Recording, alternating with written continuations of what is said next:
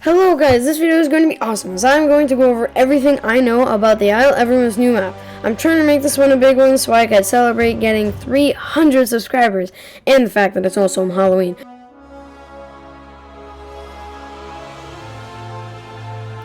First, we must have a quick appetizer and talk about humans and their effect on the map.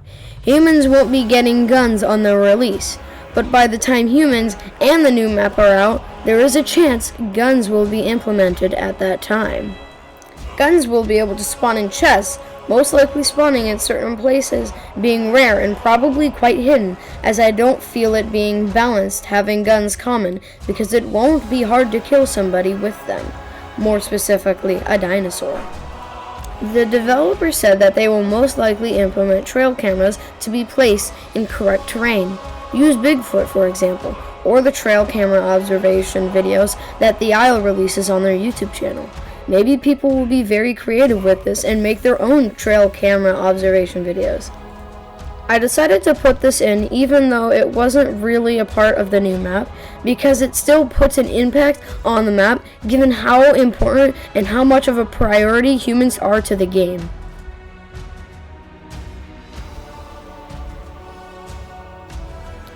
Even though weather is a completely different thing, it was in the new map streams, and it most likely won't come out before the new map.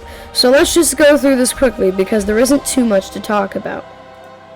First, fog looks game ready, and so does every other type of weather, like rain, thunderstorms, and other types that I forgot. The fog is very realistic, and I am fascinated by the difference it makes during the daytime, giving the daytime a totally different, creepy vibe that I just love.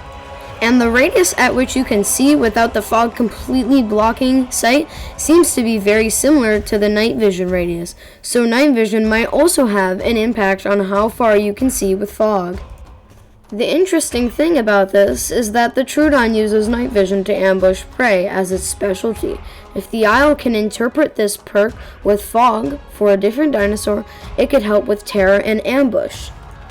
For example, the Herrerasaurus being able to see much better in the fog for hunting and ambushing purposes, making it less safe for people who hide in forests.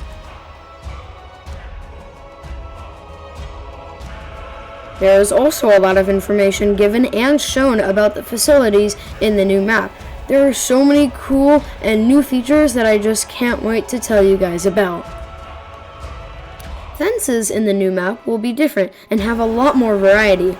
The smallest fences that go around facilities will now have small holes in them. This allows smaller creatures like Troodon to get inside of facilities. Humans will also most likely be able to fix these in the future. Also, I suspect that weather like thunderstorms can cause damage of facilities to remake the holes, so you better take care of the facility you're in because it will not be fun to suffer the consequences. On one of the streams that Dondi made, showcasing the new map, there was a time where he went to these large fences. These fences were really big and had some holes in them. Dondi said that they were for humans. He said they could use these holes by putting their guns through and shooting at dinosaurs. These fences were most likely made so that humans could possibly kill large targets like a T-Rex. Because a T-Rex would be such a big target, making it really easy to hit, and that it's not very fast, that could make it a very considerable option for humans to shoot at, probably because T-Rexes are going to be a big threat to human facilities.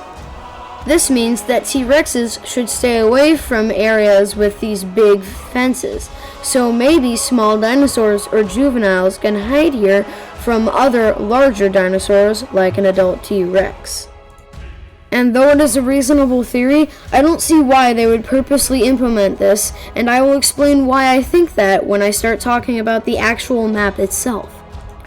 Dondi also talked about this place called K15. He said there were multiple places like K15, and another one of his examples were D10. They were said to be grid designations to resupply points. Though I don't know what this means, I can guess that it would be to resupply perk points from the perk system, but this is unlikely given the fact that it would be unfair to let somebody just get better perks or more perks because they know where something is. In the streams, multiple times they had addressed the sharp cutting off of automatic lights and said that it was for anti-gamma purposes. So if you see that in the new map, that's why. In another one of Donnie's streams, one of the devs asked why one of the doors wasn't opening, and Donnie replied with, "It's a human door." So maybe humans will have their own kind of door, which can't be opened by a dinosaur. Maybe humans will have a key in the facility to lock and unlock the human doors. Aviaries will come to the new map, but they might not come when the map is released, because though it has been remodeled and has a fleshed out interior, the new map will most likely come out in December or Update 6. Punch Packet said, "Those big old domes," implying aviaries, "bring forth some very interesting ideas of old." I don't really know what this means, as I am not an Isle veteran, so please tell me if you have any ideas in the comments. I will take note and inform you guys with further guesses and information. And lastly, the devs recently showed photos of screen models that will be placed around the map in facilities. They said that these screens will be used to see footage that the trail cameras collect.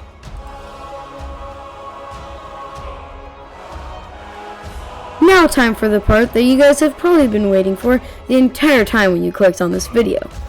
The map. And once again, I got all of this information from the developers. They streamed a lot of the map and talked a lot about it. And though their streams were long, there wasn't much valuable information. This means there isn't too much to say, but don't worry, I have some theories and explaining to do, so this won't be short. Well, for my standards of short. Also, don't leave after you hear all about the map, because there is a lot of photos from the new map that the developer showed that I would love to showcase in a fitting format. Anyways, let's check out the map! The first thing that I heard was that there is a much more complicated river system. They said that there are many rivers leading into another and turning into more and more and less, and then eventually leading into the ocean. This means that there will be a lot more water, making there a lower chance of getting lunged at by a Deinosuchus. Also, it may help with Deinosuchus growth, because of how it will be more rare to find another Deinosuchus that will cannibalize you. And of course, this means it will be much harder to die of dehydration, as long as you actually want to play the game and not die. The cycad biome is said to be an area built for juveniles. It has been made in a certain way that keeps large predators away. Though most predators will not be able to reach the juveniles, small predators like Troodon or Velociraptor will be able to maneuver through such a biome. This makes sure that juvies are never safe and leaves a designated spot for small predators to feast if they can't hunt larger prey yet, or just don't want to. This is why I thought it would be unreasonable to have the same type of mechanic with the fences with the built-in holes, because if there is already something that is intended to do such and does a much better job at doing so, I don't see how it would work in the way that I included. So unless you guys have an answer, it is a pretty big mystery. And unfortunately, that's all I can conclude about the cycad biome, as not much information has been told of it. The devs have not shown or told us how this will work as of what I know, but they have shown some other things on the map using photos. They have recently sent photos on their Discord, and if you don't have it or just want to see them again, just in a better formatted way, aren't I so fancy? You'll get to see them. And before I show you these, I just want to say that they're so good and really show that creepy vibe that I saw in the streams. Also, if you were disappointed by how it might not be that creepy, please wait till you see the map with fog. Okay, enough of me talking. It's time to see some really great photos with some music. I bet more will be coming soon too, so I'll try to make videos on them as fast as I can.